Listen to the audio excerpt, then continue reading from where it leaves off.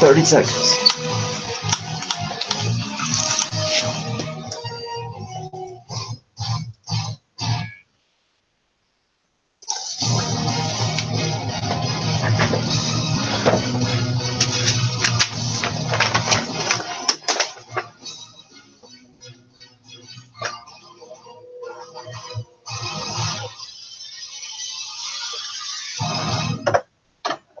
Oh, ladies and gentlemen, boys and girls, children of all ages, welcome live here to another episode of Brandon's World on this Saturday, April 27th, 2019. We got a lot of stuff to get to. We got the NFL draft, the NHL and NBA playoffs, and a lot of tribe talk.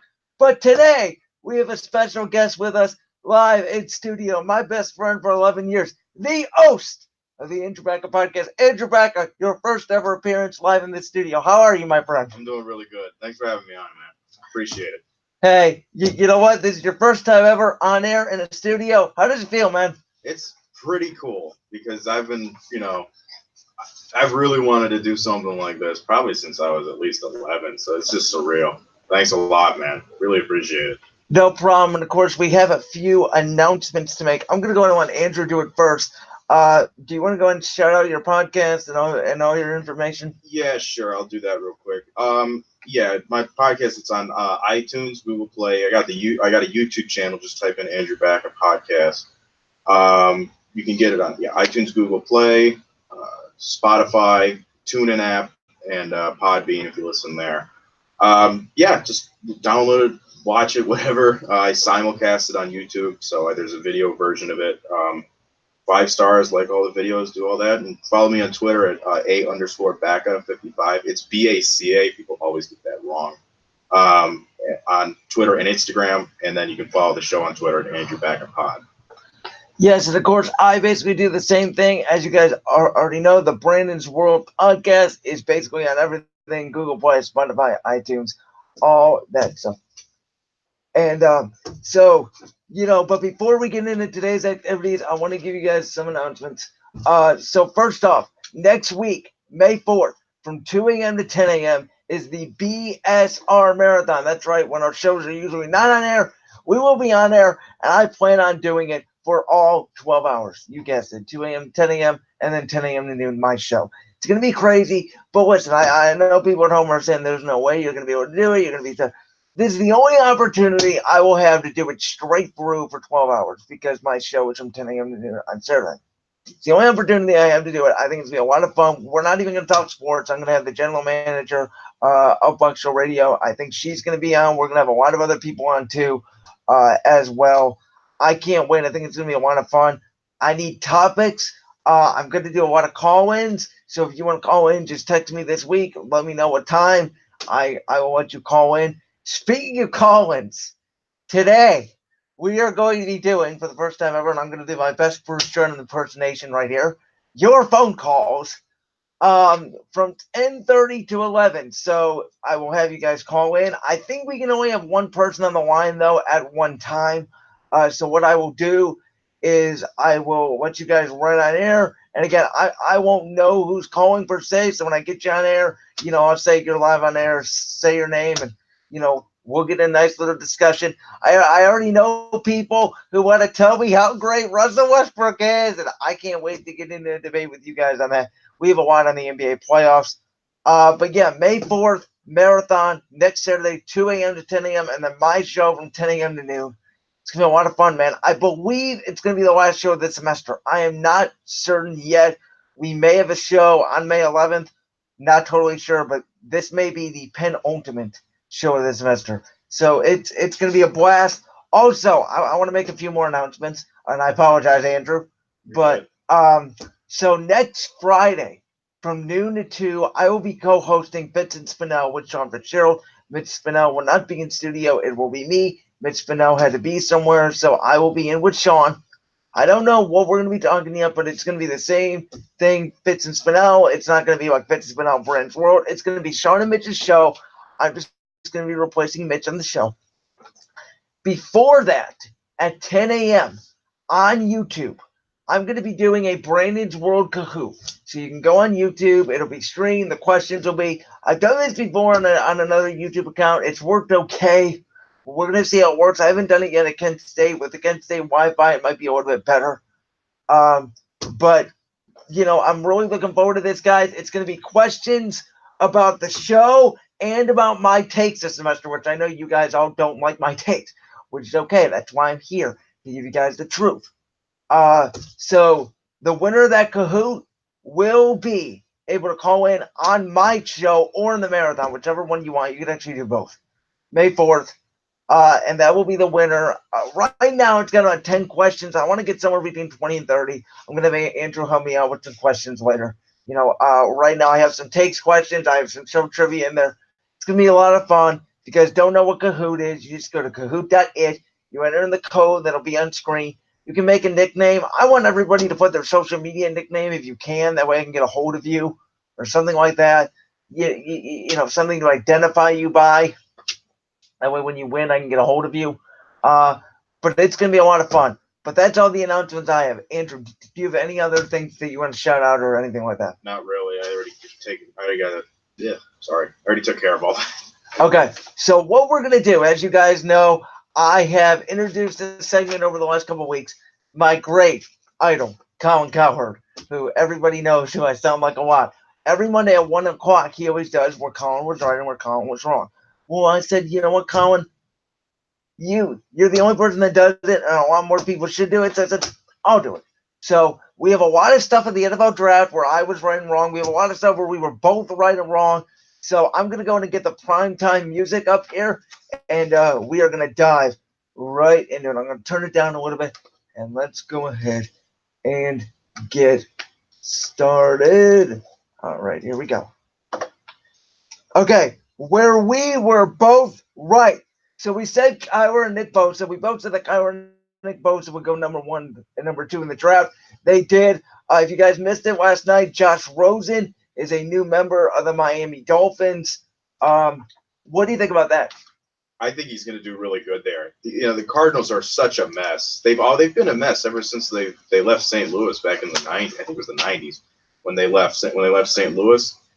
Ever since they got to Arizona, they've been a mess. Yeah, they had that one good year with Kurt Warner and Larry Fitzgerald, but they've never really had much success other than the part with Bruce Arians. But do you really count that as major success? Yeah, if they got to an NFC Championship game, I mean, that's why I've always called. They got slaughtered. That's why I call Bruce Arians overrated all the time because he's never been to a Super Bowl. I mean, he was as an offensive coordinator, but as a head coach, he wasn't really that successful in my eyes. What do you think, real quick, about Kyler Murray and Cliff Kingsbury's system in Arizona? It's going to work, but I hate bringing this up because everybody brought it up with Baker Mayfield, and they still bring it up with Russell Wilson. The height factor doesn't really matter, but he's just too small. Like he's going to get if a linebacker comes charging at him full speed, he's screwed, man. Yeah, I agree. All right, so where we were both wrong. Look, DK Metcalf fell way to the bottom of the second round last night. He was the last pick in the second round by Seattle. We both thought he was going to be a first-round pick. At least I did. I thought he was going to go to Tampa Bay at 13. You didn't do a mock draft per se, but I did one, and I had him going to the Jets at 3. Yeah, but you didn't really go try hard. You didn't look up guys. You were just doing it randomly. But yeah, so DK Metcalf fell all the way to the second round. I'm shocked by it, and I think we both are. Where I specifically was right. So, like I said, I did my mock draft. The Packers picking Rashawn Gary, and the Lions got TJ Hockenson. I thought those were both great picks by both Green Bay and Detroit in the NFC North. I think Hawkinson's going to be a beast. I think he might be the next Rob Gronkowski. And then you got Rashawn Gary, who can rush the passer in Green Bay. They're building a pretty good young defense there. They should be improved. I'm picking them to win the NFC North. Where I was also right was Howie Roseman traded up. I said, I don't think he trades back. Howie Roseman moved up 3 spots, give up a 4th and a 6th to go get Andre Dillard. Many people are saying he's the best left tackle in the draft out of Washington State. He won't have to play this year. It'll be the bodyguard, Jason Peters, for 1 more year. I'm going to talk about this a little bit later. I loved all 3 picks Howie Roseman made. I haven't been this excited about an Eagles draft since we drafted Carson Wentz. And after that, we didn't even draft on the 4th round. This is one of the greatest drafts, I think, right now on paper that the Eagles have had. Yeah, Goddard was good last year. And yeah, we had some guys that played at the end of the year, but they weren't like guys that you thought could contribute right away. These 3 guys for the Eagles, and I think that receiver, who I'm going to butcher the name, J.J. Arcega-Whiteside out of Stanford. I think you got it right. Apparently, he's a good box out guy. He can go get the ball. People are comparing him to a younger Alshon Jeffrey. I can't wait for this offense, man. All right. Where I was wrong was the Raiders. They returned the greatest. Look, they picked some guy out of Clemson, number 4 overall, who I never even heard of. Cleveland Farrell, I think, is his name. Cleveland Farrell. Yeah, I'm sorry. My papers are stuck together. Thank you for that. Look, I don't understand the pick. I do like the Josh Jacobs pick, and I do like the safety they picked, Abraham. So I like those 2 picks. But I don't get it. They reach. What's your thoughts? I think that they're going to be going in. They're going to be moving to Vegas. What, next year, right? Yes, next year, presumably. Yeah, I heard their stadium's not even ready. But this is not going to end well. I think it's going to end in disaster. I think second year into Vegas, Gruden's going to get fired. They're going to owe him all that money because the way that he's drafted. You know, I was telling you this off air. The Raiders want to get good. They need a football savant. They need like a Belichick type of guy, and that nobody's walking through that door.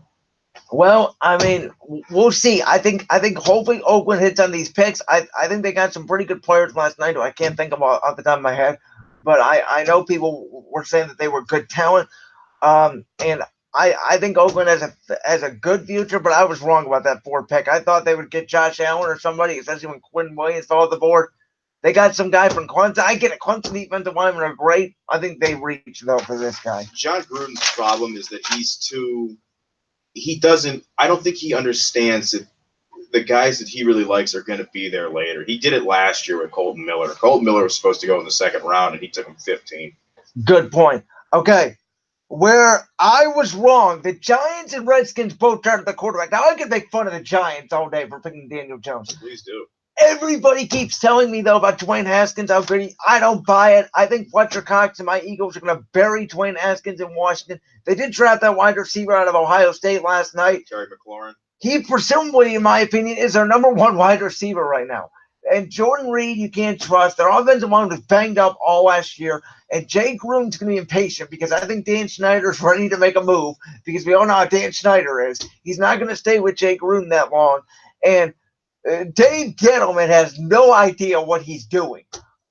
So, and the Cowboys drafted a few players last night, but Jerry Jones looked like he was sleeping in the war room.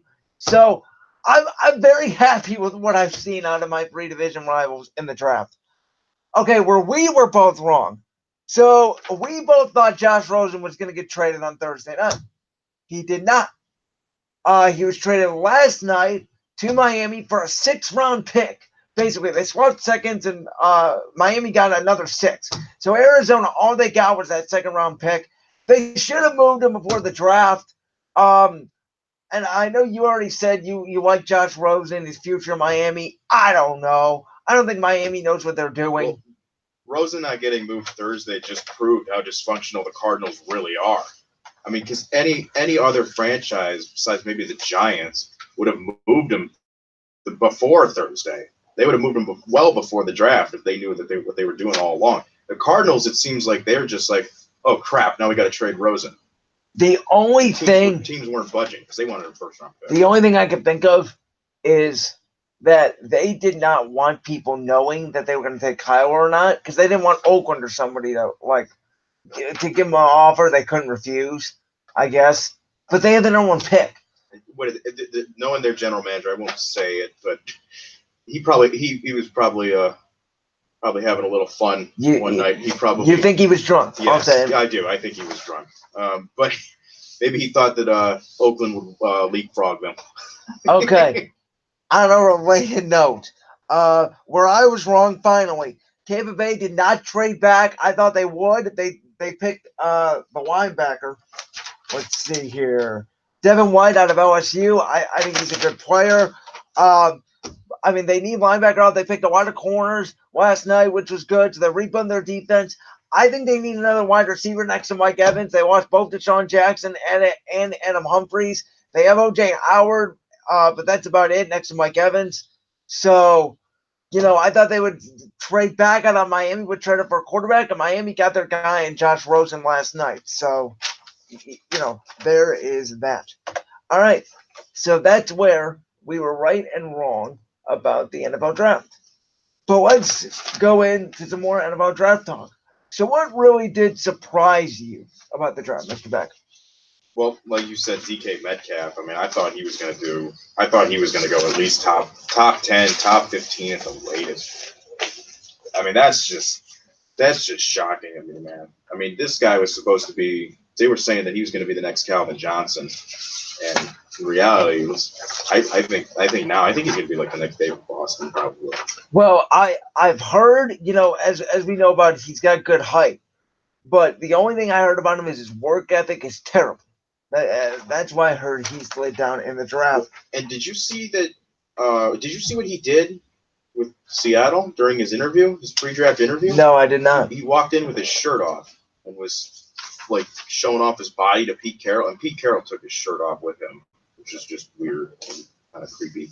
But I guess that showed, and I guess he did it with a lot of teams too, to say, hey, this is what I look like, and it's like, I wouldn't be honest, I wouldn't want that on my team. I think it's just, I would have looked at him, I would have told him to get out of there. It surprised me personally, and again, this is for day one and day two. There were so little trades from pick 1 to 20. There was only that one trade. Pittsburgh trading up surprised me because they almost never do. They got their linebacker, Devin Bush, out of Michigan, who I think is going to be a good player. And by the way, for all you Browns fans out there, I think Pittsburgh had a really good draft.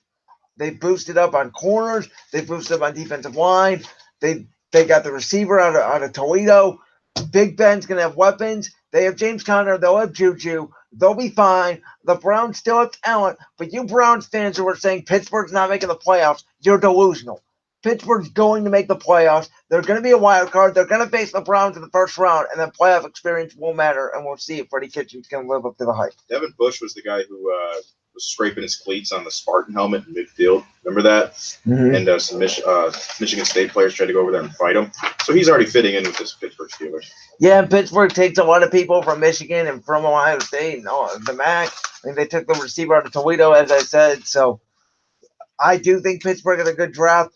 But again, I look at this draft, and I told you this last night. I said, I never remembered a draft where late in day one and day two, guys, they're not saying a lot of negative things. DJ Metcalf was the one guy you kept hearing negative stuff about. A lot of these guys, you see them, the traits they put up on the board after every pick, good motor, can get to the quarterback. There was a lot of good talent, a lot of good offensive and defensive linemen. And that's why I said, you said, oh, I wasn't really paying attention to this draft because, last year I was because of all the quarterbacks.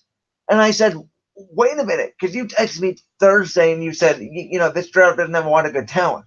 And I said, wait a minute, this draft has plenty of good talent. I said, this is a draft for interior people to get better up front. And this is a draft for good corners. And this is a draft with a lot of B to B plus solid football players. And I'll tell you what, I would rather have in the NFL to me is the ultimate team sport. I would rather have, let's say. You could argue hockey. Yeah, you could.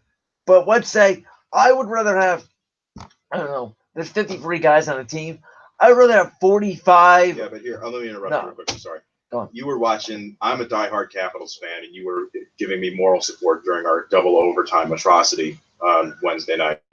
And did you see how Carolina was acting like they were passing really well and they were helping each other get open? We were not doing that. That's why they won. We're going to dive into the NHL in about 2 minutes, so hang on with that point. In my opinion, I said this NFL has a lot of B to B plus talent. I would rather have about 45 B to B plus type guys and maybe 7 or 8 A guys that have 15 A guys and the rest of the guys be C's. Do you get my point? Like, Yeah. I mean, I really have a lot of good football players. That's why the Colts, Seahawks only had 4 picks in the draft. They traded back. They got a lot. There's going to be some good guys going today. Everybody, you know, a lack of a better term, doesn't care about rounds 4 through 7. And I go, wait a minute. Rounds 4 through 7 make up 2/3 of your roster. The NFL draft is the greatest draft. It's better than the NHL, which I don't even watch. Nobody. And I'm still saying it's better than the NHL.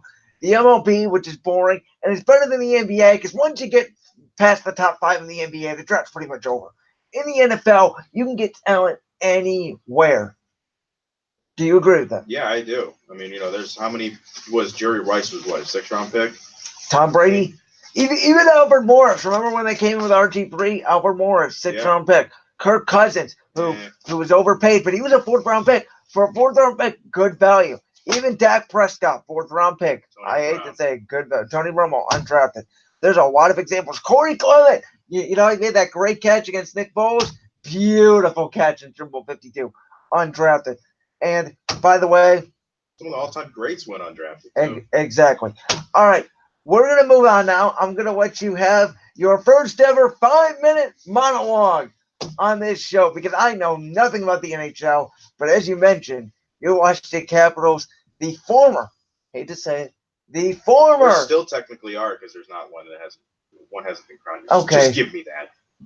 The current for now Stanley Cup champion, Washington Capitals, lost Game 7 to the Carolina Hurricanes at home. But go and talk about hockey. Well, yeah, it was heartbreaking, obviously. I mean, I've been following this team since, 2006. But anyway, it's going to be fun. If you should, I would really advise you to watch it because there's all underdogs are in there now. Because it's the first time in NHL history that all of the 1 seeds have been eliminated in the first round. So, dude, it's just underdogs all over the place. And that's what's going to make it fun. That's why, dude, the best thing that could happen to the NBA right now is if the Warriors get eliminated. The best thing, in my opinion, that happened to the NHL is that the Tampa Bay Lightning got eliminated because now it's wide open. I think the NBA killed my love that even if Golden State lost, I wouldn't care because here's the thing: Houston's still better than every other team. I wouldn't go. So what? That'd be an awesome story. Houston hasn't won anything since the 90s. But I think they're way better than. I mean, Boston could give maybe a 6-game series, but okay, we're getting a little bit off topic. I'm going to let you get back into hockey. Well, speaking of Boston, what do you know? You know a little bit about the Blue Jackets, do you? I know they won in the first round. They swept the Lightning. That's it. First round. That's all I know. Well, they lost, 2 nights ago? Yeah, 2 nights ago. Did they lose? Yeah, they did. They lost in overtime. I remember telling you. Oh, yeah. We actually watched it for a little bit, remember? No. I was way more focused on the, boring interior linemen that were getting taken. You didn't want to watch a bunch of Russians bang into each other on the boards? No, I didn't. No, Sorry. That's not anything. No. You don't like violence in sports, do you? I like football, but okay, I like football. I like big hits in football, but I don't like when somebody tries to take your head off in football. That's fair. I like big hits, and I can't even follow the puck. When we went to that Monsters game, barely even follow the puck. I could follow the puck easier at the game than I could on TV. I'm watching the Capitals game Wednesday night, just watching because I know you're a fan of that team. I'm going, okay, where's the puck now? I can't follow. It's easy to follow football. It's really easy to follow baseball. It's easy to follow basketball. Hard to follow a puck. They would probably bring the shadow puck back if the diehard fans didn't hate it. Yeah, you were mentioning to me about a shadow. Is that almost like in baseball? They have the box and it shows like the strike zone. I guess you can equivalent. I guess you can compare it to that. All right, I said I was going to give you a monologue, so I'm going to own my word. I'm just bantering. All right, well, I'll tell you who I think is going to win the Stanley Cup. I think San Jose Sharks are going to win the Stanley Cup. Okay. What seed are they? Are they good? I forgot what seed they are. Okay. But I didn't really pay attention to the seedings other than the Capitals. But they came back down 3-1 in the series against Las Vegas, and they ended up winning in overtime. I think the score was 5-4, I believe. Okay. And they have all the momentum right now. They won last night, I think they're gonna win the Stanley Cup, and I think the team coming out of the East is, even though they lost, I still think the Islanders are gonna make it out. I think that when you have a coach like Barry Trotz, coaching the Islanders don't have a true superstar. They lost him in free agency last year. So when you have a coach like Barry Trotz being able to sweep the Penguins in the first round, last year he had Alex Ovechkin, Yevgeny Kuznetsov, T.J. Oshie, and Tom Wilson, and look what he was able to do. He was able to sweep the Penguins with the Islanders this year. That's really, really impressive. I'll give him that. All right. So I think they're going to make it out of the East, even though they lost last night. They lost in overtime. Probably the Islanders, they had way too much time off. The Hurricanes, they're coming in with the momentum, beating the defending champions, but I don't think it's going to last because they're too young. See, I believed, and I told you this the other night, I thought everybody took so much out of it in Game 7 because it was a double overtime game. Oh, dude, you saw we were exhausted. I've never seen Ovechkin that tired. And by the way, the Capitals, in my opinion, really should have won that. I mean, yes, the Hurricanes had more shots that should have gone in, but the one the Capitals had where the guy was on the left side, wide open to the net. Yeah, that's automatic. I know you don't follow hockey. Do you think, like, so if the goalie slides that way, is he going to be able to get a shot wide open? Yeah, he wouldn't have blocked that either because that's it would have to go horribly wrong for him to miss that. And then and I said that we're the Indians of hockey, except we have a championship, dude. That puck where it was sliding back and the guy from the Hurt, I think it was Justin Falk, just ended up flicking it out of there. That was the moment right there where you're going to go back. You're going to look back at that series. You're going to be like, well, if that didn't happen, then we end up winning. Absolutely. And then Game 6, we got robbed. I won't get into it, but. All right, yeah, because we got to kind of end a break here because we are almost going on 10:30. When we come back, guys, the moment you have all been waiting for, Russell Westbrook. Everybody's boy. He's out of the playoffs. 5 games. I kept telling y'all, oh, this is Russ's year. No, it's not. Did you watch that game?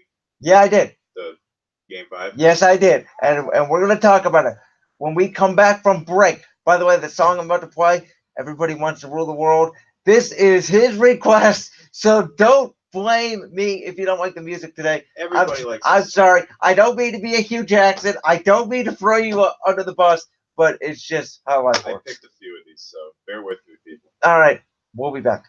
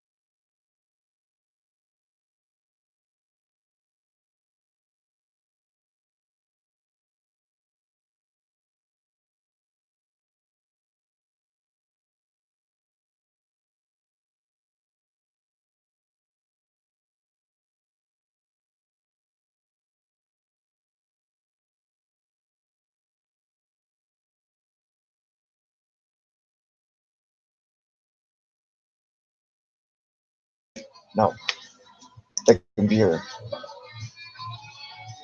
And turn this on. I've got damn names. 15 seconds.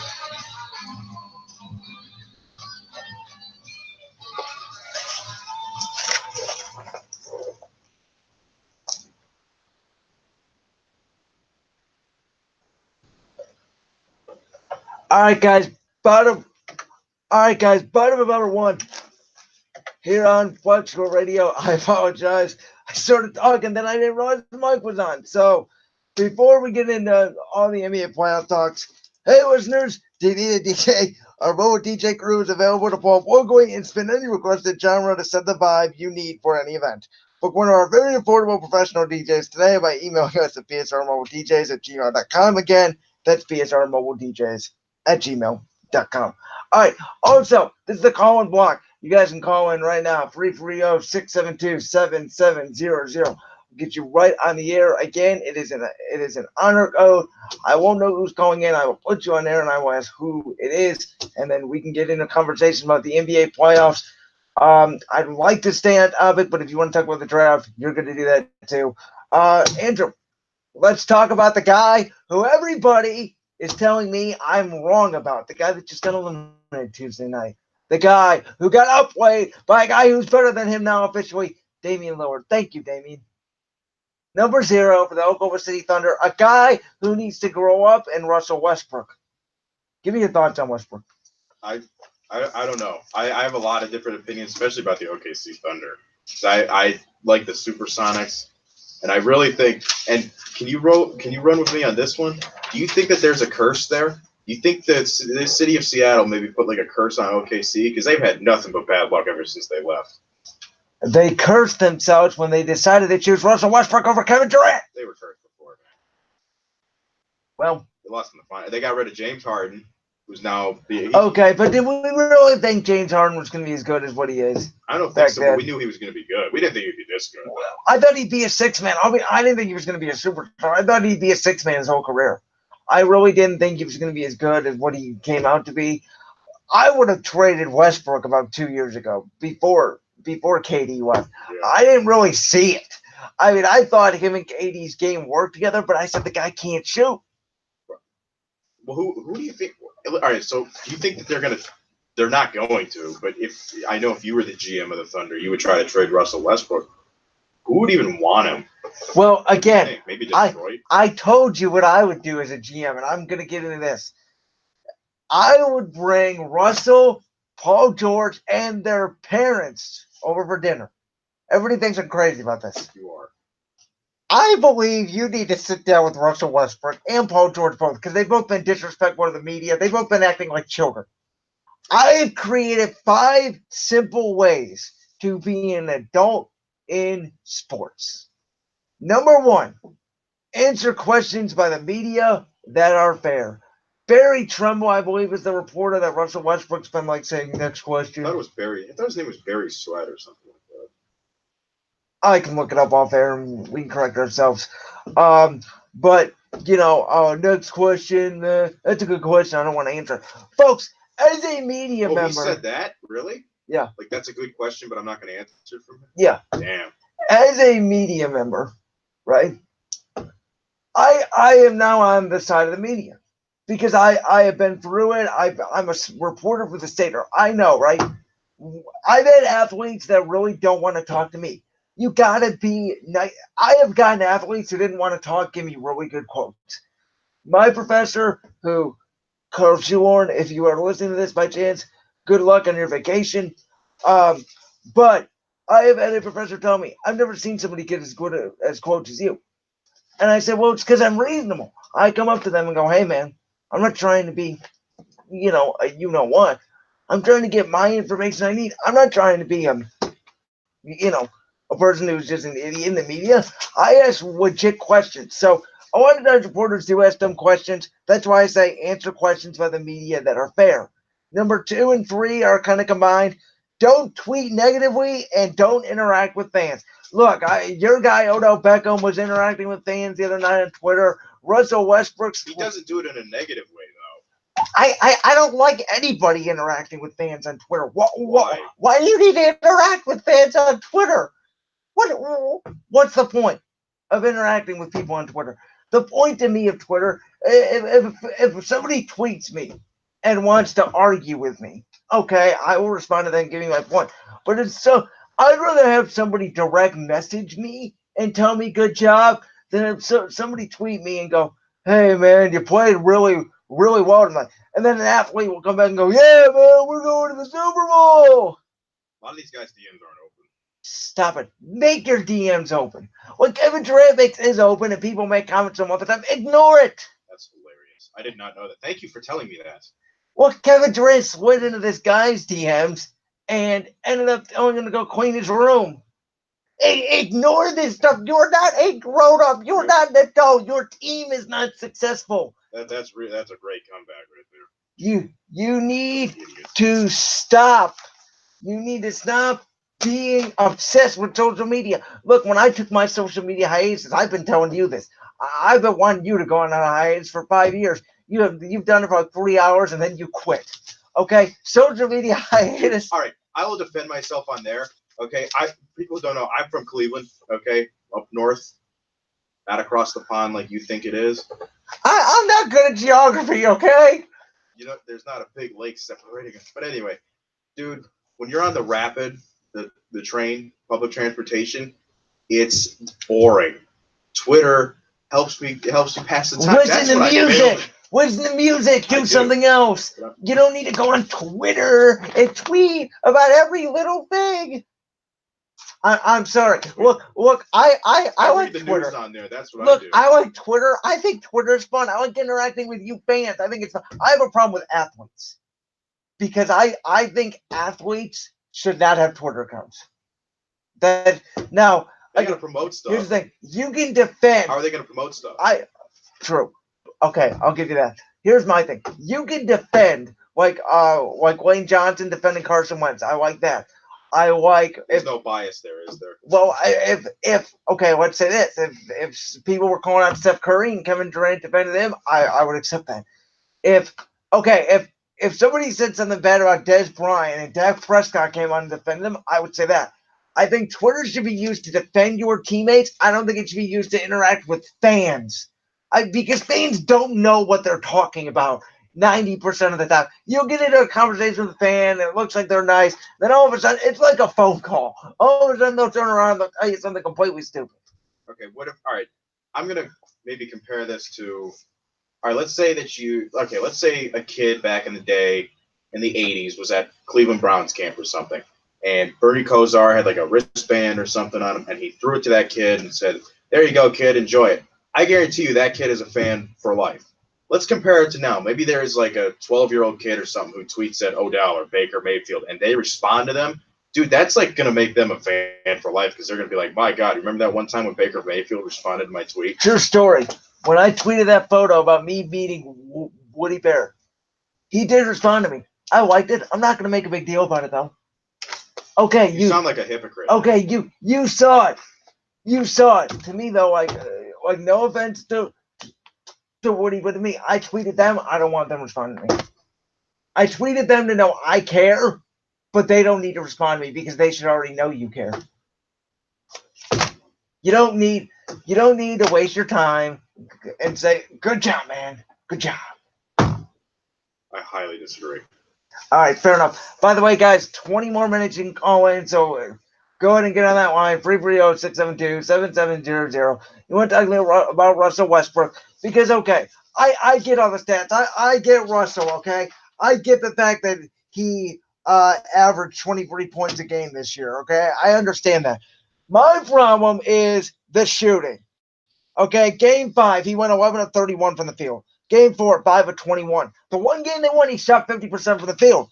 He didn't have a triple-double. He only had 5 assists. So he can get all these triple-doubles he wants, and oh my God, it's so amazing. You know what I'm going to remember Russell Westbrook for? I'm not going to remember him for the fact he had a 20-20-20 game in 2019. I'm not going to remember the fact he had 3 straight years with a triple-double. You know what I personally am going to remember Russell Westbrook for? losing in the first round without Kevin Durant. You know what he is? He is the NBA's version of Alex Ovechkin, but he's not as passionate. You know how Ovechkin is really – I've told you this, and I know this is probably nobody who's listening to this really watches hockey other than the Blue Jackets, and I'm sorry for bringing these references in here, but this is the best I can compare it to. For years, Ovechkin, he couldn't even get past the second round.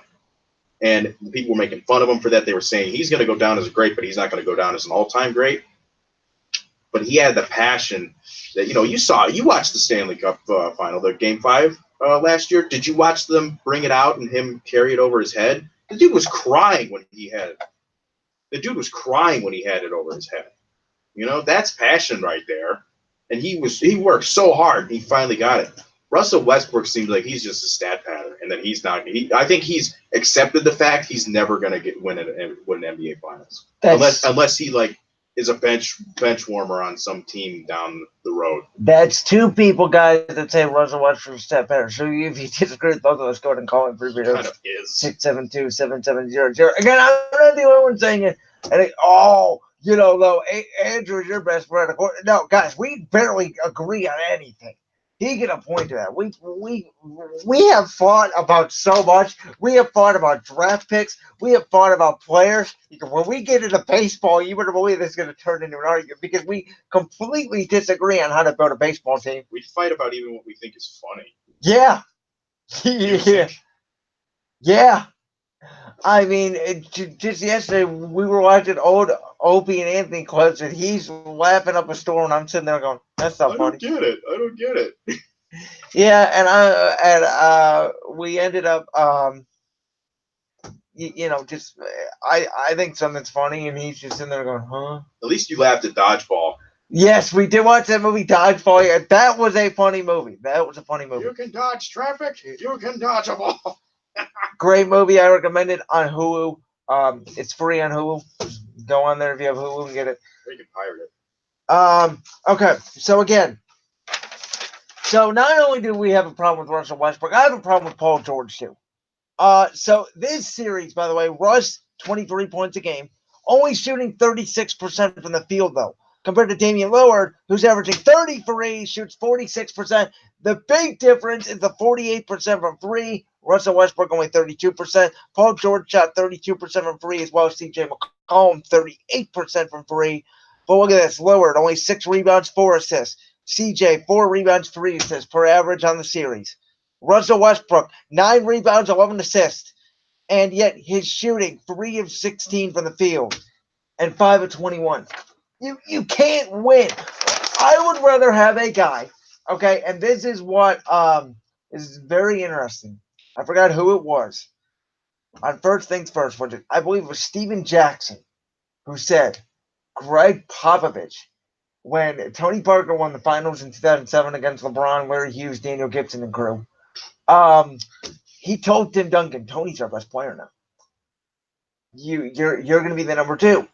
No, he was on Cowherd. I remember this now. He told him that. And then when Kawhi Leonard came aboard, he told Tony Parker, Kawhi's our best player now. You be number 2, Tim's going to be number 3. They all accept it.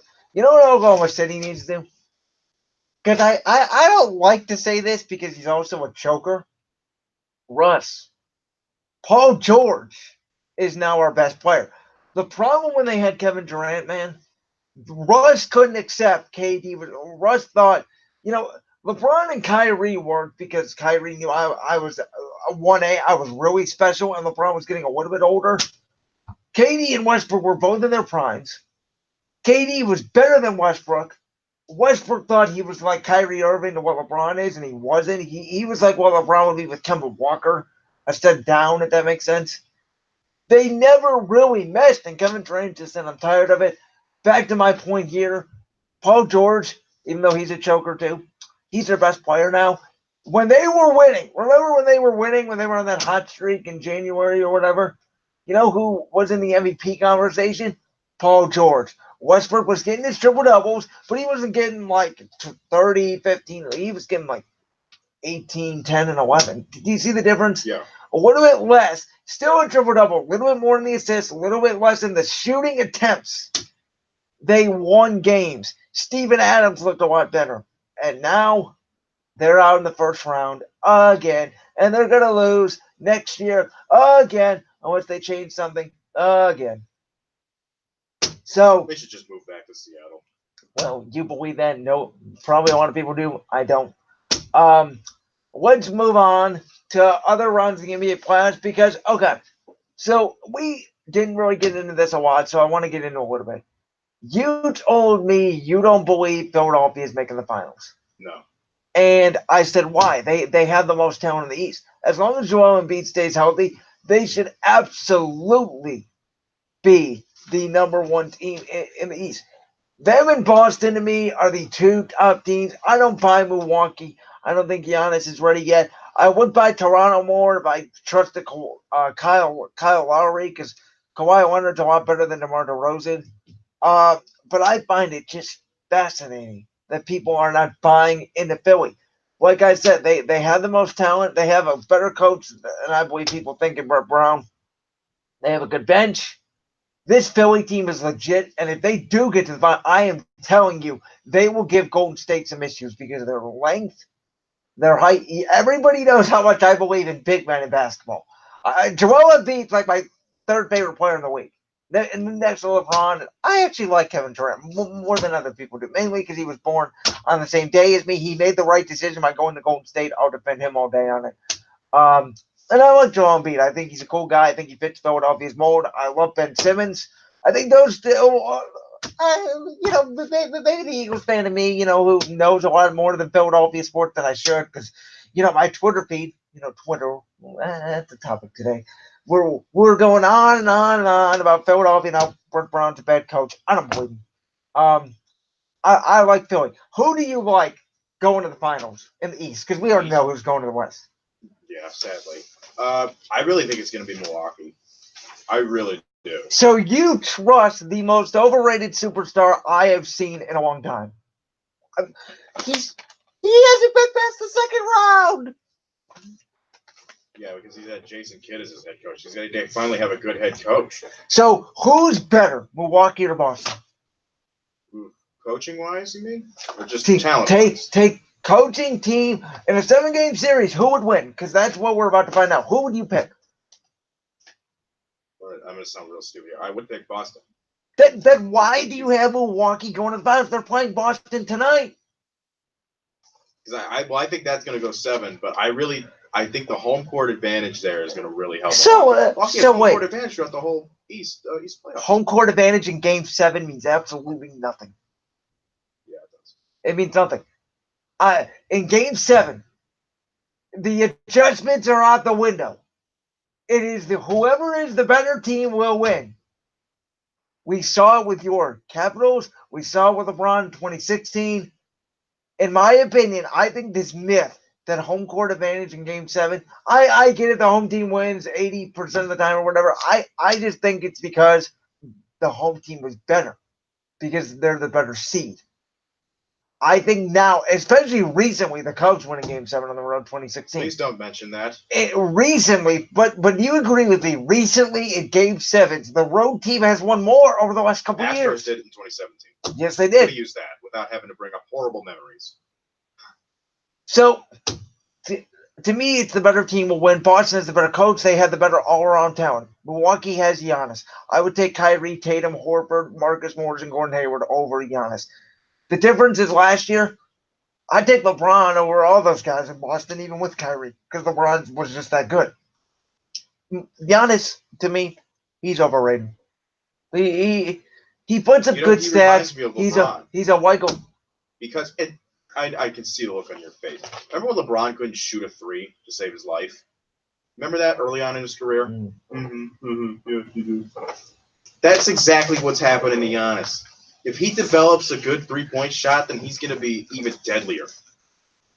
If the year was 2006 and you were saying that about LeBron right now, you would sound pretty dumb. Well, LeBron could still shoot a 3 in 2006. I mean, dude, they would leave him. Remember when they would leave him wide open because they knew that he would. They still leave him wide open half the time. Yeah, and that's their fault. But here's the thing. But back then it was almost strategy. He's a great shooter now, though. because he worked on his craft. I don't think Giannis has the mental fortitude, the physical fortitude. I just don't think he has the work ethic LeBron would. Now, I think Kevin Durant does. I don't think Giannis. I think James Harden does. I'm really starting to like James Harden. I think last year they had Chris Paul because you do need a running mate. I mean, LeBron needs a running mate. That's why in LA they're terrible. And they're going to remain terrible. The problem with Houston that I can knock hard for is they were up by 30 against Golden State. Yes, it was in the first quarter, but the problem is, yeah, but they did lose. I don't trust Giannis. That's fair. That's fair. You're entitled to your opinion. Yeah, and I mean, no matter how bad it is. Yeah, and I mean, I like Harden. This will be interesting. This is the one shot Golden State has to be eliminated. This second round series, I'm saying it right now in the air. This second round series between Golden State and Houston tomorrow, 3:30 ABC, decides the NBA championship. I think it decides the future of the NBA too. Dude, if I was the commissioner of the NBA, I would be openly rooting. I would tell the referees, here's $100,000 for each of you. Make sure that Houston gets more calls. I would seriously do that because I would be able to recognize that Golden State continuing to stay dominant the way that they are is horrible for ratings. What the first round had a drop in ratings by 31%, correct? I would argue it's because there's no LeBron. That's a major factor. Yes, Golden State. Yes, Golden State, but I would argue more no LeBron. I mean, it is hurting the league. Yeah, I agree. And you know what? He has nobody to blame but himself. I will agree. Golden State has watched my love for the NBA. I haven't watched it all year, but I mean, just the fact is, there's no LeBron. We already know who the champion's going to be unless Houston gets a big knockoff, and I think Houston's by far the second best team. If I had to rank the top 5 teams in the playoffs, Golden State, Houston, Philly, Boston, and then you're really stretching. Maybe Milwaukee, maybe Toronto, because now that OKC's out, I don't buy Portland. I have never bought Denver at all. They have one superstar who's a center. That's not going to win you a championship. San Antonio isn't the 5th best team in the playoffs. So, let's see. It's Golden State, Houston, and Denver, San Antonio play Portland. I don't think any of those teams are the 5th best team. So, it would be down to either Milwaukee or Toronto. And I don't think they're championship material. I think Toronto more is than Milwaukee. If Toronto didn't have Kyle Lowry, they'd be the clear favorites. The clear favorites. Yeah, in the East. Because if they had a point guard who knew what he was doing and who doesn't constantly choke and then gets roasted on inside the NBA by Charles Barkley and Shaquille O'Neal, they would be probably the favorites. So if the Raptors had somebody like Kyrie Irving, 100% they would be like us last year, the Cavs. Who has more talent, Philly or Toronto? Philly. Would you take Kawhi Leonard over all those guys in Philly? That's what you would have to decide. Yeah, I would, and here's why: because Joel Embiid is injury prone. You don't know whether he's going to be healthy or not. He's injury prone. Ben Simmons can't shoot threes, and Jimmy Butler, he seems like he would really get angry over little things, and I wouldn't want it. Like he's the kind of guy where like if he comes in a bad mood, you put your hands over your face and do the it's gonna be one of those days type of things. So I would much rather have Kawhi Leonard than those guys on Philly. I buy your argument, even though I disagree with it. All right, we are gonna go ahead and take a break. When we come back at the top of the hour, guys, we're gonna talk about the Eagles and Browns draft picks last night. You love the Browns picks. I flat out love Philly's picks. And by the way, Q, you texted me about my Giannis take. I disagree with you, but I also think your Vikings had a great draft the first couple of days. I love that tight end you took. I love the center you took last night. I think the Vikings, depending on how Kirk Cousins does, they may be even better than Chicago next year. I think Chicago, I'm just not a fan of Mitch Trubisky. I like what the Vikings have done. The Vikings might have a turnaround year next year. I like what they did in the draft. I just wanted to throw that out there to you, Q. But I love what Philly did. You love what the Browns did. We're talking about it all coming up, top of the hour.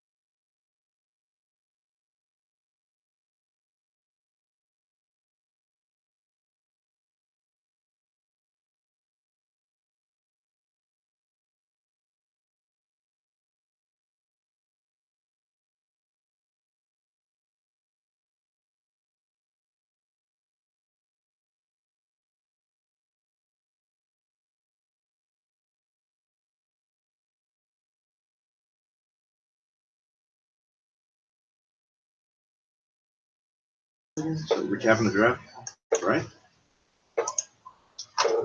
We're recapping the draft, Yeah. Right. Okay.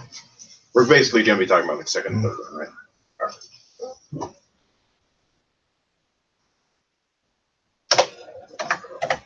Top of hour 2 here on Brandon's World on this Saturday, April 27, 2019. Guys, we got a lot to get to in this second hour. We're going to talk about the tribe, and we're going to do our top 5 best and worst Browns picks of the decade or all time, I believe. All time. All right. Sorry, I messed that up. My bad. We did our wish yesterday. I didn't want him to look at mine. I didn't look at his. I think he peeked at mine. But you told me not to, like 2 hours after I looked at it. That helps. I did. I will admit I did look at it though, because you're not really, and I'm just gonna say, I'm not trying to berate you, but you're not really good when it comes to history stuff. So I just wanted to make sure like you didn't put in like Luke Rosa or Otto Graham or anything, because I would have to tell you, hey, we never drafted those guys. I did my research beforehand. I almost put in Otto Graham and I had to look it up. I was gonna put him in too. I didn't know that he. Did you know he was drafted by the Lions in 1944? Well, I did after yesterday. Yeah, thanks, World War II. With that being said, so all right, the NFL draft was Thursday, Friday, and today noon runs 4 through 7. You know, let's start with everybody's hometown favorite, Cleveland Browns. They got the corner out of LSU, Greedy Williams. A lot of people thought he would be a top 10 pick. I think it's a really good pick by John Dorsey. He fell into our lap. Yeah, and I can only imagine that phone call. Hey, buddy boy. You heard it. I played it for you. Yeah, I can only imagine it, though. Listening to it on the other line. Hey, buddy boy. You want to become Brown?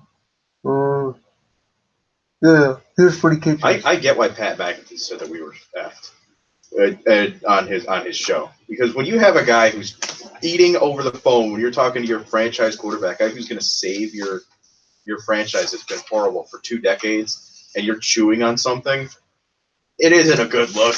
But I think he's so, like if a guy like Phil Savage did that, I think he'd be getting torn to shreds. You know, can you imagine if Phil Savage was chewing while he was talking to Brady Quinn? How bad that would look. Yeah. I don't think anybody cares because Dorsey knows what he's doing. All right, and then in the third round, we got a linebacker out of BYU. I'm not even going to try to pronounce his name because it's Tacky or something like that. Yeah, it's a really hard name. Is he from? Where's he from? I can't tell you off the top of my head. I can look it up. Oh, you said, was it UCF or something like that? No, he's BYU. BYU, yeah. I said BYU. I thought you meant where he went to like high school or something. Oh, no. I don't care. Oh. I don't care. Yeah, he's from BYU. A lot of people said we reached. That was the reaction I saw. They need linebacker depth, though. I mean, they have Avery. They don't have Collins anymore, but they have Avery, Schobert, and Kirksey, who actually announced the pick. I mean, we'll see. It's one of those where it's like, I think right now you kind of give it a C, and it could go up to like a B.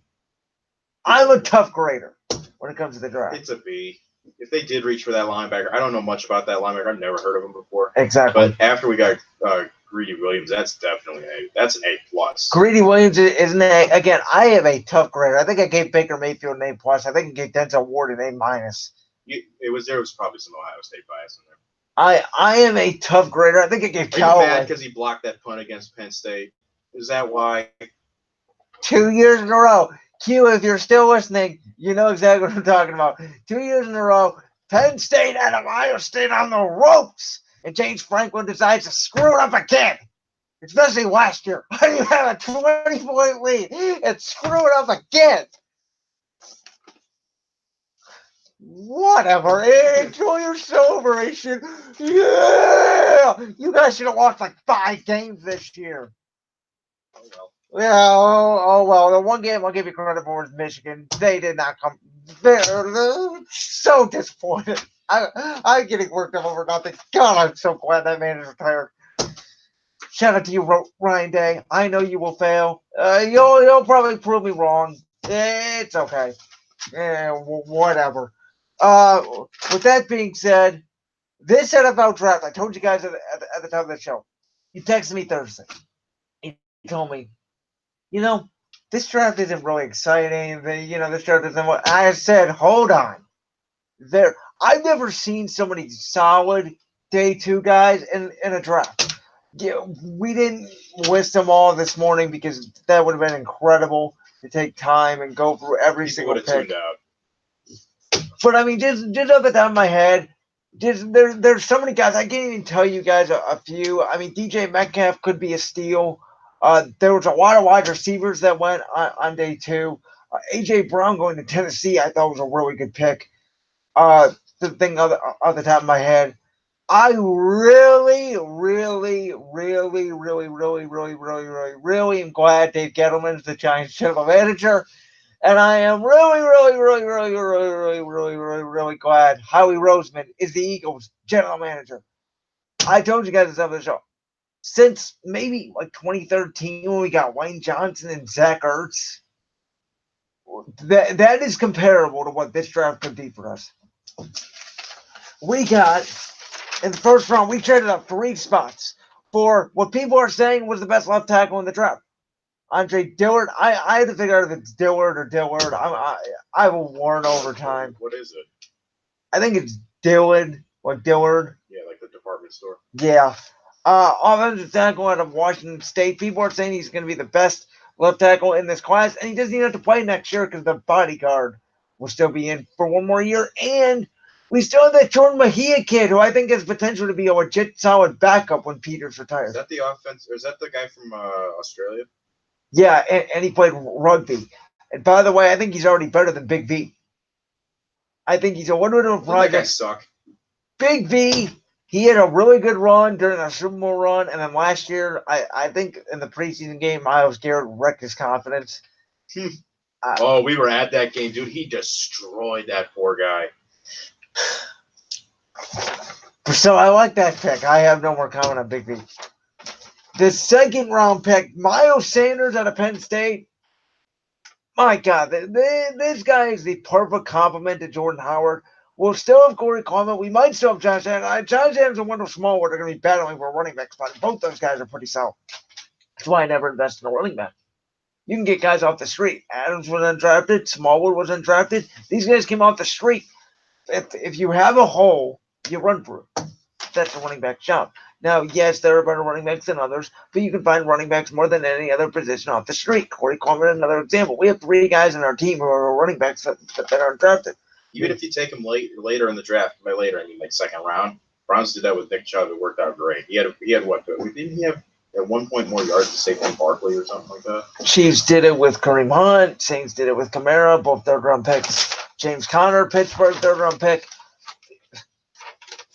So I like the Sanders pick. Then this pick, guys, it's just the Eagles' offense is going to be so good.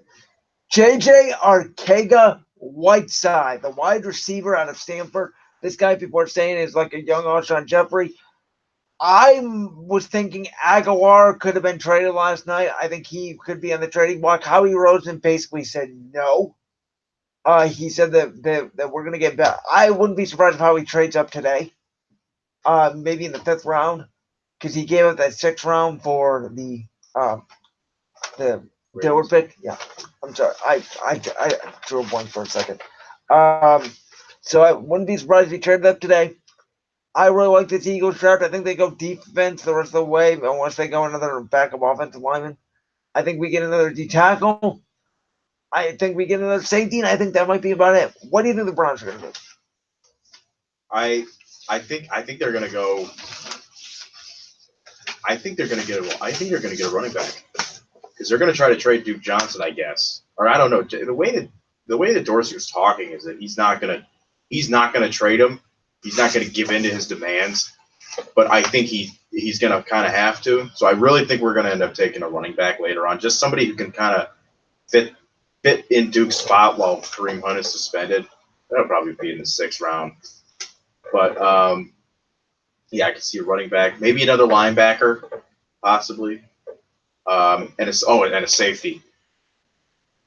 I really want them to go offensive line. I don't trust that offensive line. Schroeder's okay, but Tony is like, I don't. Well, you do.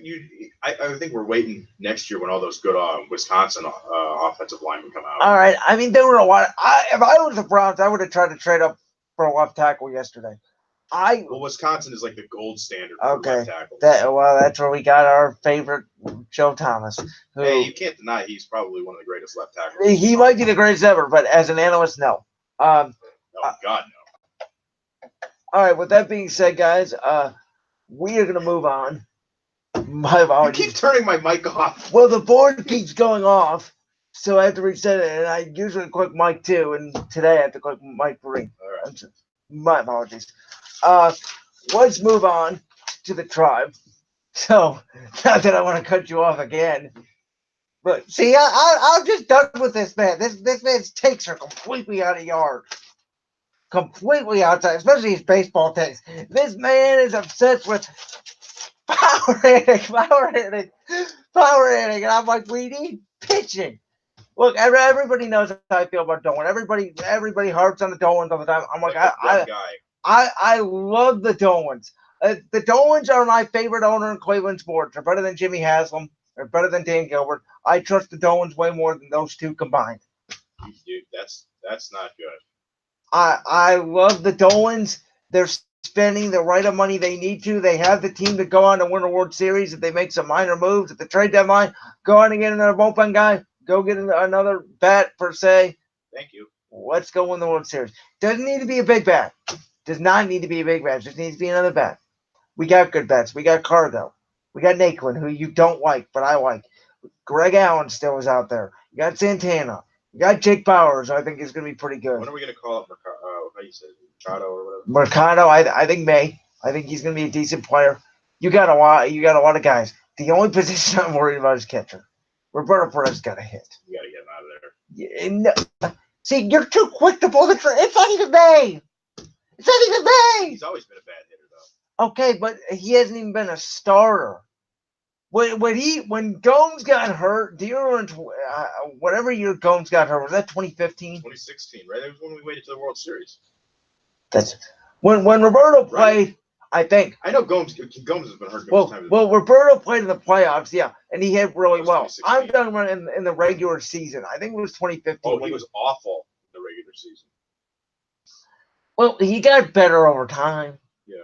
I mean, his average in play, he couldn't hit it at all in 2016, and he raised it up to like 200, which is terrible. But it was better than like 100 where he was at. Where's the Mendoza line? 180. I don't know. I like to think of it 220 minimum. So yes, he definitely needs to hit a lot better. But I trust Roberto, and I think his name's Pilecki. Kevin Pilecki. Yeah. Where did we get him from? We got him from the Mets, right? I believe so. Yes. But my point of this is what we want to talk about. You know, everybody's making a big deal. The Indians, they blew a game against Miami, and they blew a game against Atlanta last Saturday. I was at that game. The Miami one. The Miami game. The game Carrasco got hurt at, correct? Yeah, that was not good. You didn't see how he I was here for like 8 hours on Tuesday. I didn't see anything. Santana he caught a ball at first, and Carrasco went running over to first, and he overran the base. He still got him out, but somehow he tripped the player, and the player on Miami's cleats ended up going into Carrasco's knee, and he got up and he grabbed his knee. Everybody in the bleachers went, whatever, insert swear word that I can't say on here. But yeah, everybody was concerned. He got up, he walked off, he finished off the last batter, and then they put in Neil Ramirez, who on the first pitch allowed a home run. So it was just great. But they beat Houston though. They've already done better against Houston this year than they did all of last year. Which again, I'm not saying in the playoffs Houston can kill us. I really don't care. But to me, this Indians team is going to be fine. I think that's my point. This Indians team is going to be fine. So I want you to give your thoughts. When you get a second here, what just happened? Nothing. Are you sure? Yes. Sorry, guys. He's like making faces over here, and I'm like, all right. Did you hit your knee on something? No. Something else. Okay, we're not gonna get it. Guys, this is live radio. How great is this? How great that you're listening to the Colin Cowherd of Barksville Radio. Boring, methodical, don't care about tweeting. It's great. I bet you're real fun at parties. I bet you I am. Bet you people like me. Actually, people think I'm an idiot. That's why I'm here.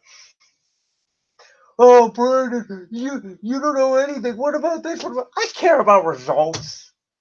I don't care about stats. Just like a couple Christmases ago, I told you this story. My cousins and I got into a legit, almost fist fight about Hugh. And I was like, you need to fire this guy right now. And they were like, well, I'm not patient when it comes. What year was it? 2017. Oh, God. I'm not patient when it comes to football. I don't believe you can sit and wait when it comes to football. Baseball is the most patient sport. Basketball is the second patient. I think hockey, you got to go for the throat because anybody can win any year. Football, anybody can win any year. In the NBA, only 1 or 2 teams can win every year. And in the MLB, six to 8. I mean, but sports is fun. But you got to learn. As I said earlier in this show, my 5 ways of how to be an adult in sports. You got to learn how to control the media mainly. And thing is, you know what? I wish, and you're gonna think this is blasphemy, as Stephen A. Smith would say.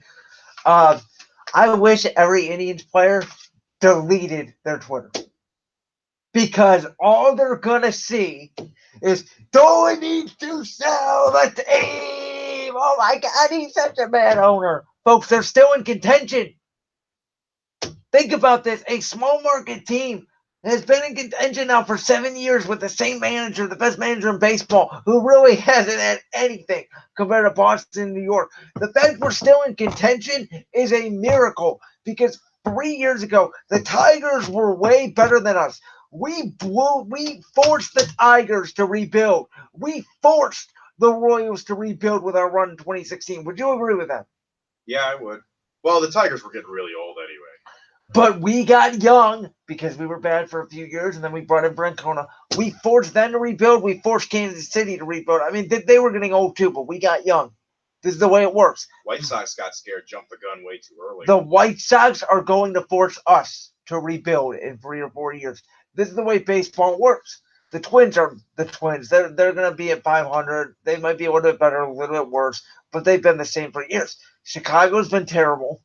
They're going to get good. I've been on the White Sox for the last couple of years. They are doing what Houston and the Cubs did and what the Phillies did. The Phillies, to me, should be the favorite to win the NL pennant this year. I love what Philadelphia did. I picked them to win the NL pennant.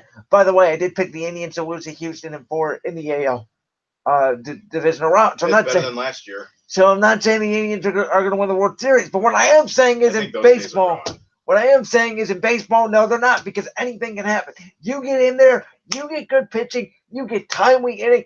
Last year, Michael Brantley, who was on the Astros, we did pretty well against him so far in this series. Michael Brantley never could hit in the playoffs. He always struggled. When we made the World Series, you know who was not on that team? Michael Brantley. Played 11 games that whole year. We had dominant pitching. Terry Francona set the tone for the rest of baseball with the way he used Andrew Miller in that 2016 World Series. And we got utterly robbed of a World Series. And you know what? If we win that World Series, this whole conversation we're having right now about Paul Dolan is probably still relevant because you fans will still be mad at him. It wouldn't happen. I doubt it because people would still go the next year. Dolan's cheap. He didn't sign somebody else because fans just want to complain. I'm a realist. I'm what I call an objective fan. I said I love what my Eagles did in the draft because I love what they did objectively. I know about the team more than probably most of you do at this station. With the Browns, you are a fan. I kind of know about the team. I can be harsh about the Browns because I think it's fun to harp on Cleveland because the Browns are not relevant yet. We'll see if they become relevant come September. But we got to move on. We got to. This is creepy. You're like Jim Rome and Cowherd rolled into one. It's really scaring me. Well, why is it scaring you? Because because those people are. I think those people are secretly robots.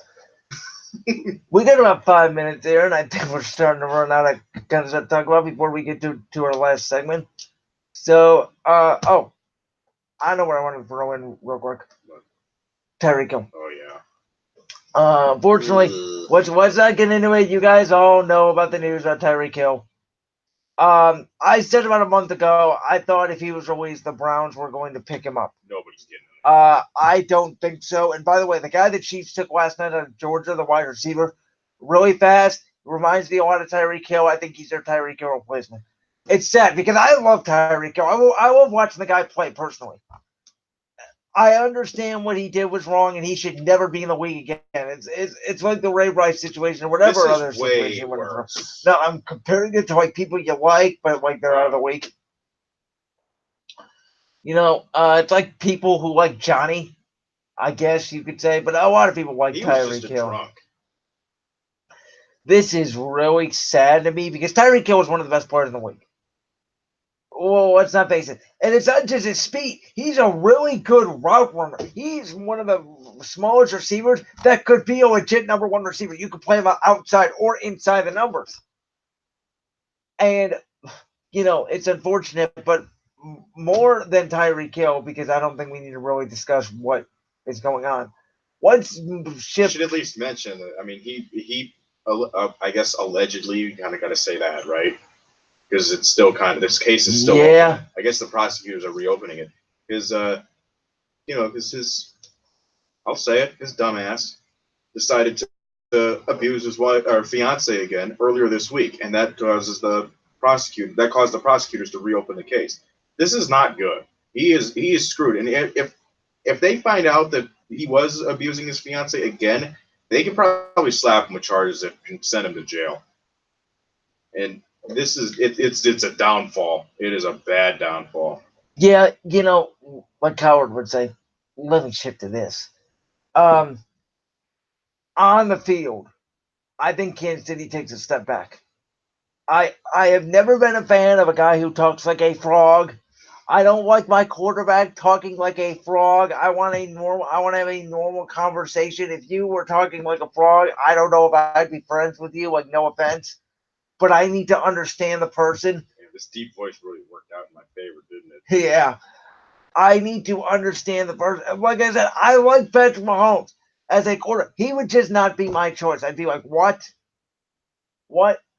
You know, it's like I don't want to keep going, huh? What'd you say? I'd probably laugh. High. He speaks clear. I'd probably laugh at his accent. He wouldn't be for me. He wouldn't be for me. I never. Tom Brady talks like an idiot. He talks like a girl. He's just a little. Well, let's go. Do you think that's like a girl? Let's go. Hey, I talk like a girl. Skinny Peter Griffin. I talk like a girl too when I'm talking about Russell Westbrook. Yeah, but you're doing a voice. He sounds like that. All right, that's fair. Anyways, I think Kansas City takes a step back. I've said it since they watched the AFC Championship. They have too many problems. You know what? They sided with the wrong guy. No, Andy Reid. Well, they kept a lot of John Dorsey's character problem players. Okay, but don't they have like a new general manager, a guy who like? I think it's Andy Reid. Yeah, I saw. Who's that? I don't know. I saw something on Twitter that apparently like they were saying that this was the guy who really did all the work, and John Dorsey just laid around and did nothing, and that's kind of turned out to be true. It's kind of blown up in their face that they got rid of this guy. Again, it's Twitter. Don't believe everything you read. People want to start. Yes, stories. I won't believe a verified NFL reporter. Sometimes they like to lie. Well, I'll tell you this. My guy, LH Products in Philadelphia, is a beat reporter. Trust him like the back of my hand. He's been right about a lot of Eagles things. So one thing he got wrong, he said that the Eagles were playing the Vikings on Thanksgiving. He got that wrong. That's nothing. He still got it wrong. Still got it wrong. So if you should trust that guy, I should trust him with everything he says. That's the problem with Twitter. That is the problem. Now when Schefter tweets it, he does. Did he fall for the Condoleezza Rice thing, or was that Rappaport? Schefter tweeted him as a joke. I think Rappaport probably thought. No, It's true. I think they actually did interview her. I'm not No, kidding. they didn't. Dude, They didn't? you know why? And these are just Well, the rumors. I know Rooney somebody. Rule. I know somebody who has. No, I think they used somebody in the organization for that. I think there's a loophole where you can interview the janitor if you want. I don't know, but who was it? Yeah, somebody I know on Twitter who's gotten a lot of things right. I'll give him that. He's a fan. He hosts a podcast, a Browns podcast too. He said that this was a way for John Dorsey to weed out the rats, like guys who say like every little thing to the media. So he was going to come up with like the most absurd thing and say, "Hey, let's make the former Secretary of State leading candidate for the head coach." And then he told it to like two people, and he found out who it was. I think they ended up getting fired. So he was weeding out the old you people, which makes sense. That's interesting. All right, we got to take a break. We'll be back at the bottom of the hour. When we come back, guys, the top 5 for both of us of all time. Brown's best draft picks, Brown's worst draft picks. We're going to compare. Who are they? Who's on the list? Is Bernie Kosar on the list? Is Trent Richardson on the list? Is Johnny Manziel on the list? Find out next.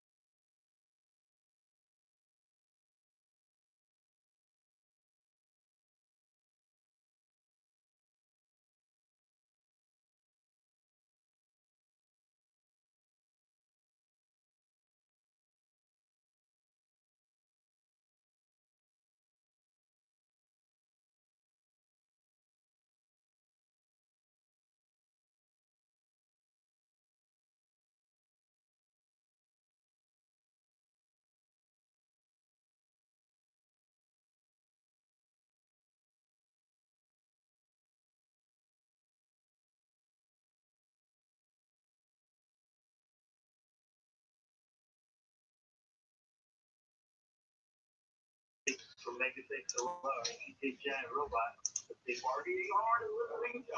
That guy sounds like Tommy Chong.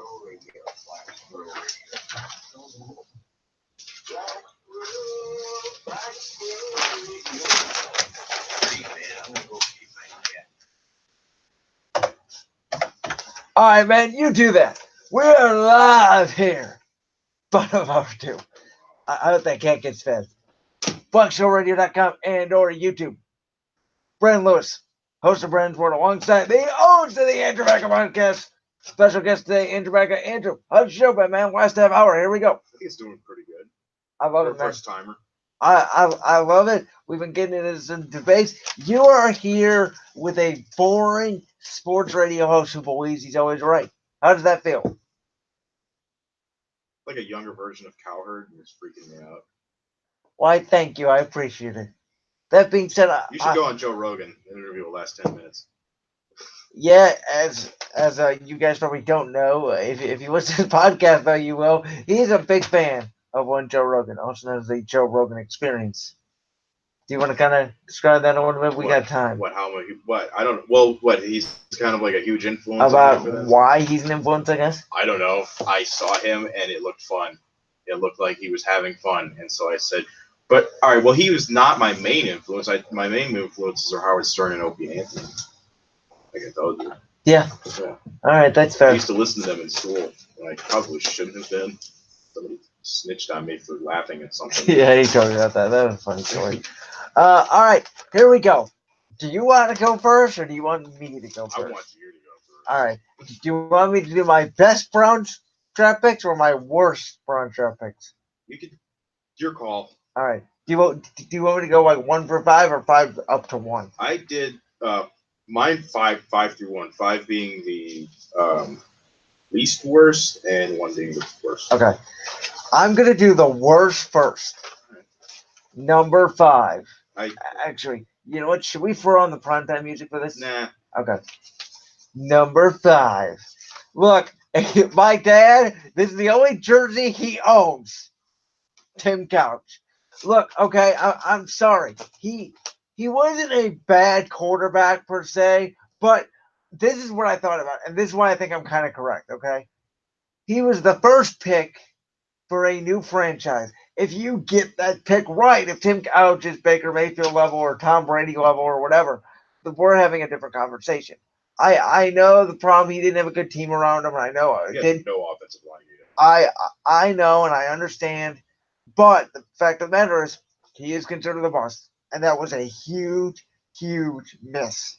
I don't think it's the worst. I don't think it's like one of the worst busts in Browns history of all time. I don't think he's considered one of the worst. He should be considered one of the worst busts. You got to. I'm considering him for the circumstances. Like I just said, if you get the pick right, we're not having all these other conversations.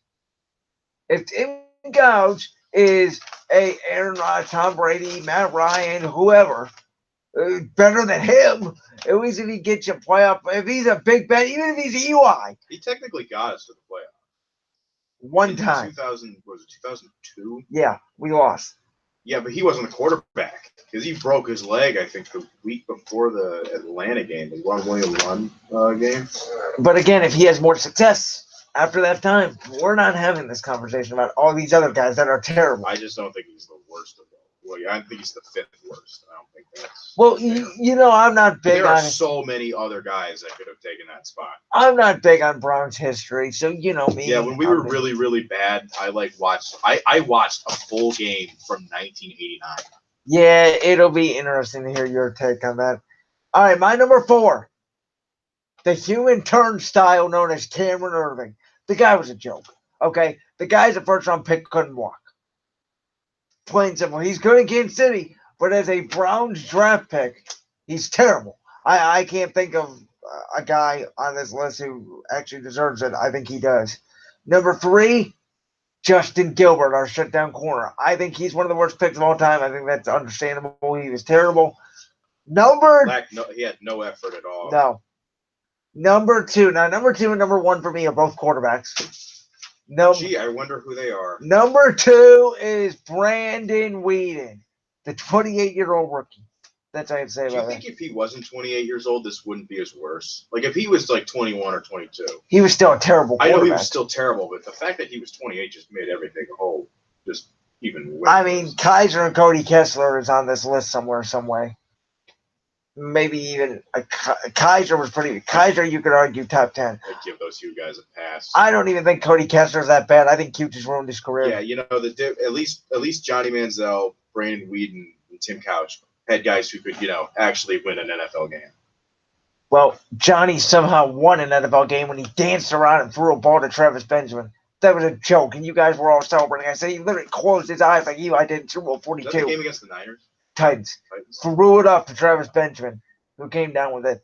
Johnny Manziel, enough per se. He's the worst Brown draft pick of all time. I'll tell you one of my most regrettable purchases was I went to the December game against the Niners back in 2015, and Johnny, beat the Niners, so we all thought that he was going to be, our franchise quarterback because we're all dumb. So I bought a $20 Johnny Cleveland shirt outside of Brown Stadium.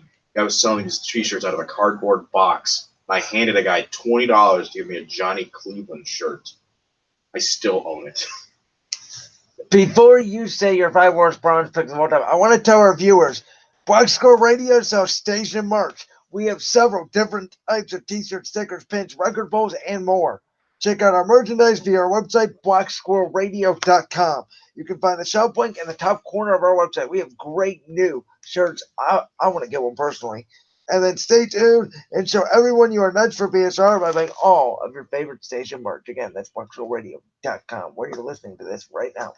All right, your top 5 worst Browns draft picks. Number 5, the worst pick in Browns history is Mike Phipps. You know who this is? I have no clue. Okay, my dad probably does. I don't. Yeah, the only reason I know who Mike Phipps is because my grandpa talked about him and how bad he was. I think I heard it in passing on Bruce Brennan's show one time too. He was the number 3 pick in the 1970 draft. And what makes him worse is that he was a bust. He wasn't very good. But what makes it worse is that Art Modell, the guy who was very competent in running a business, traded Paul Warfield. You know who Paul Warfield is? I've heard of Paul Warfield. He was maybe the main reason why the 1972 Dolphins went undefeated. He had that big of an impact being a wide receiver. Yeah. We traded him to move up in the draft to draft Mike Phipps, and he was one of those quarterbacks where 3 yards away, if his receiver was 3 yards away, he's whipping it right at him. He threw his too hard. He was awful. And my grandpa actually told me a really funny story. My grandpa moved to Illinois in the 70s. He would watch Mike Phipps. He was a Browns fan. He moved to Illinois, all Bears fans. Mike Phipps gets traded to the Bears.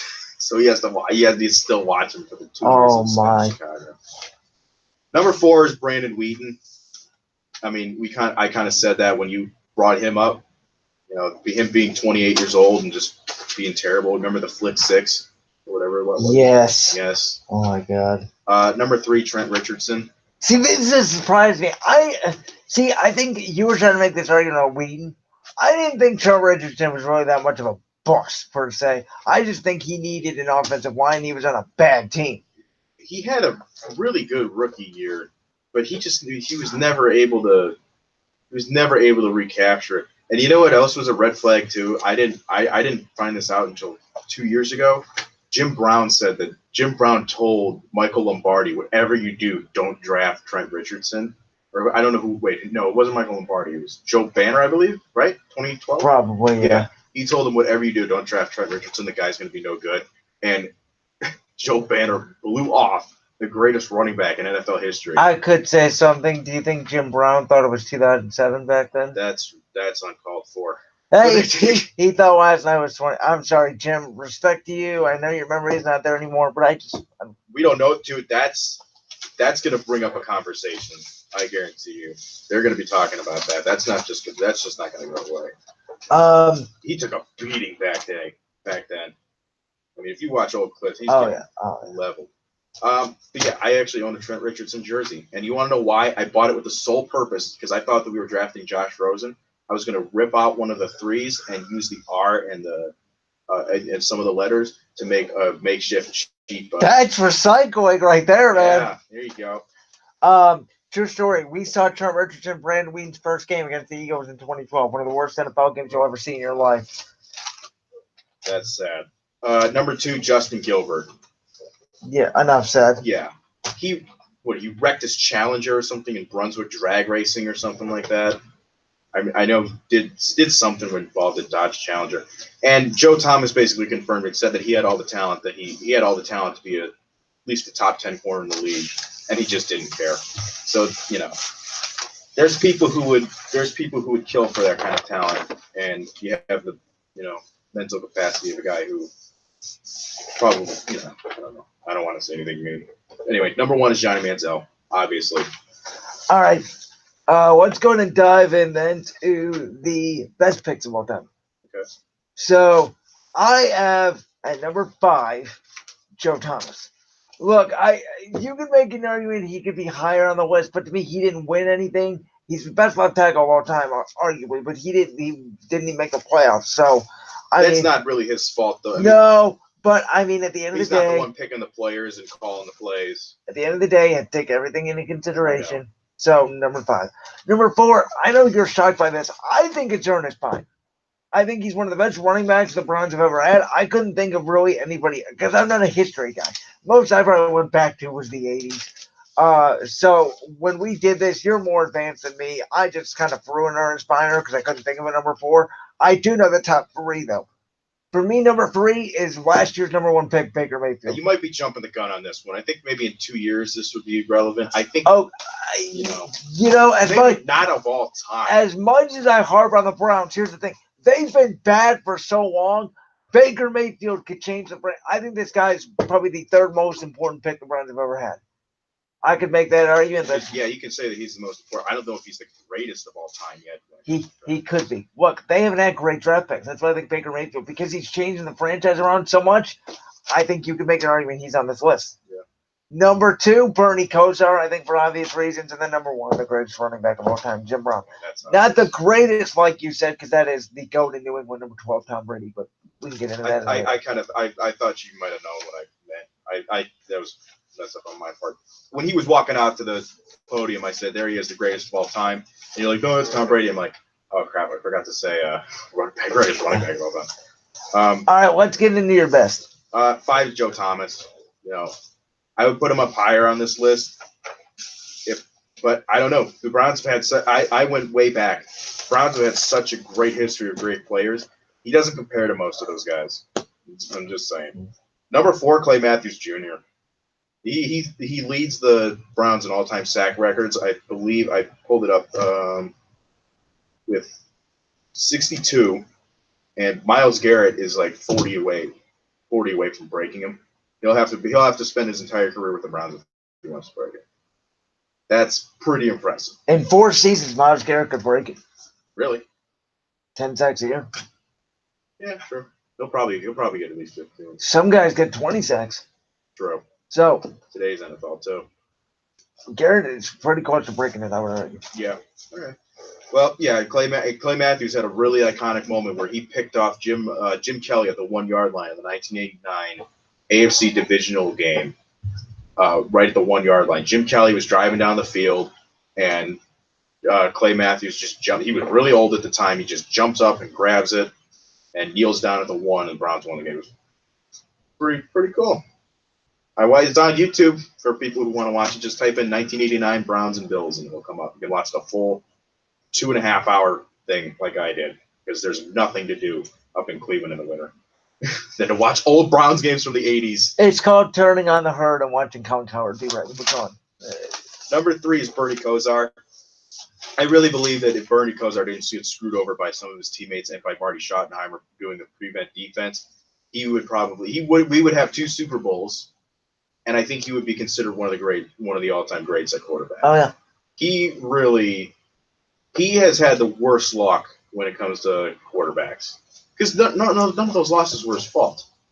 Or he wasn't carrying the football into the end zone and fumbled it, and he wasn't on the defensive side playing prevent. Quarterback. I agree, but quarterbacks get all of the blame.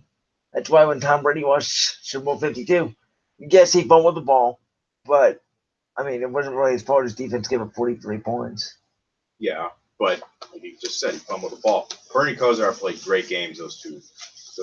That's true. And he also did. Till Brady broke it, he had a record, I believe, was for the most passing yards in a single NFL playoff game, and it was the game against the Jets where they won in overtime, 1986. The Jets were up by 10 with like 3 minutes left to go, and the Browns came back. And there's a famous radio call from a Jets radio announcer when the Jets player crosses the goal line.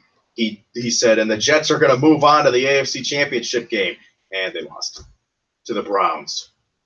So that's not. Thank you for that history lesson here on Brandon's World. I'm sure you're pleasing the viewership because they know I know nothing about history. Go on with your last two. Number 2 is Ozzie Newsome. I'm surprised you didn't put him on here.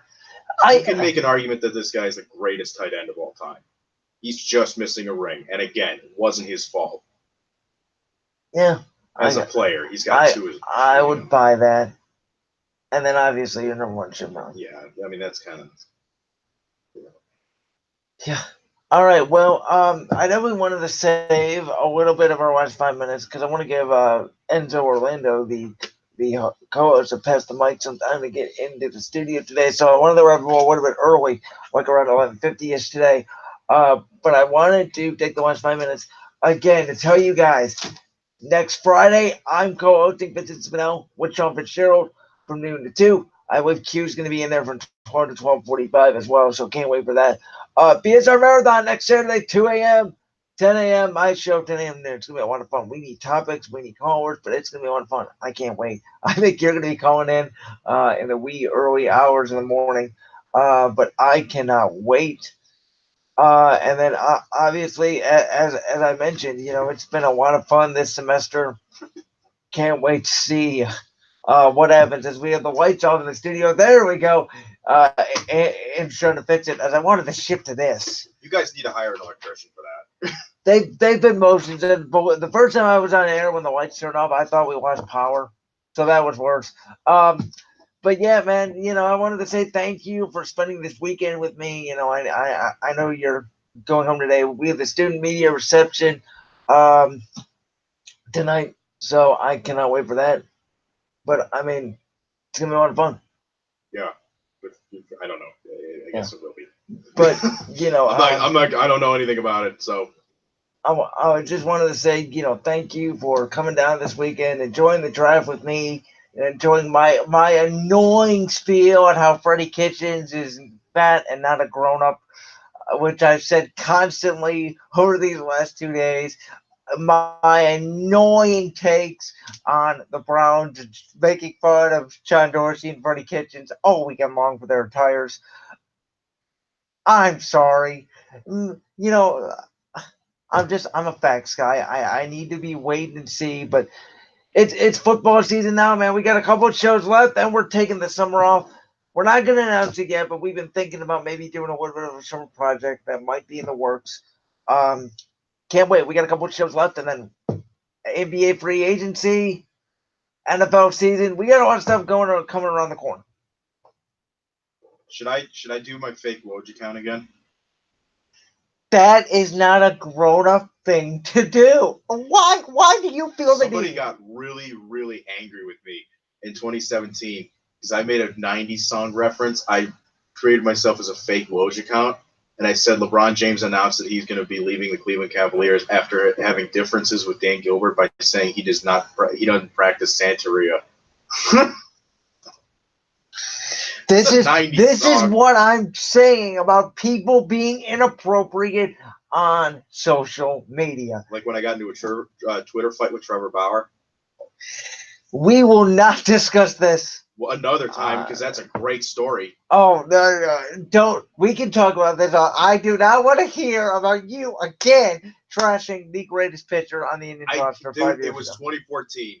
You were still good at 2014, and you were impatient because you're still impatient about baseball. I was 15 years old. I know, but everybody's stupid at that age. I know, but you're still impatient about baseball because you still believe we need power inning and trade all our pitchers. Like you said, you would have backed the brake trucks up for Nelson Cruz.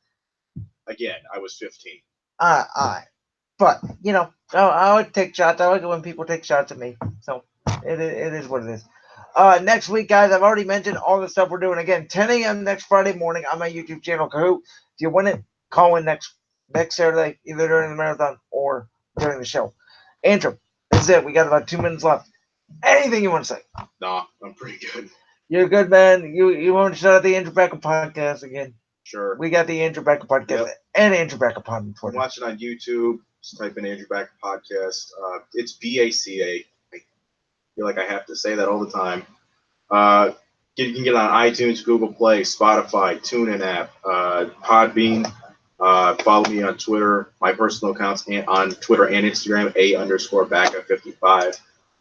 You can follow the show on Twitter at Andrew Baca Pod.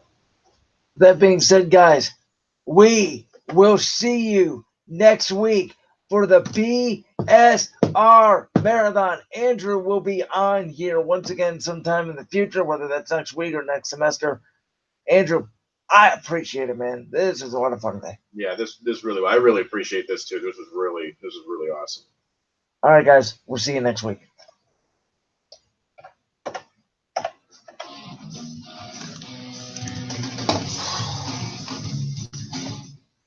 All right. Hey, we got to get out of here. So let me pack up my stuff. Let me get program log in. Enzo, you're going to come in.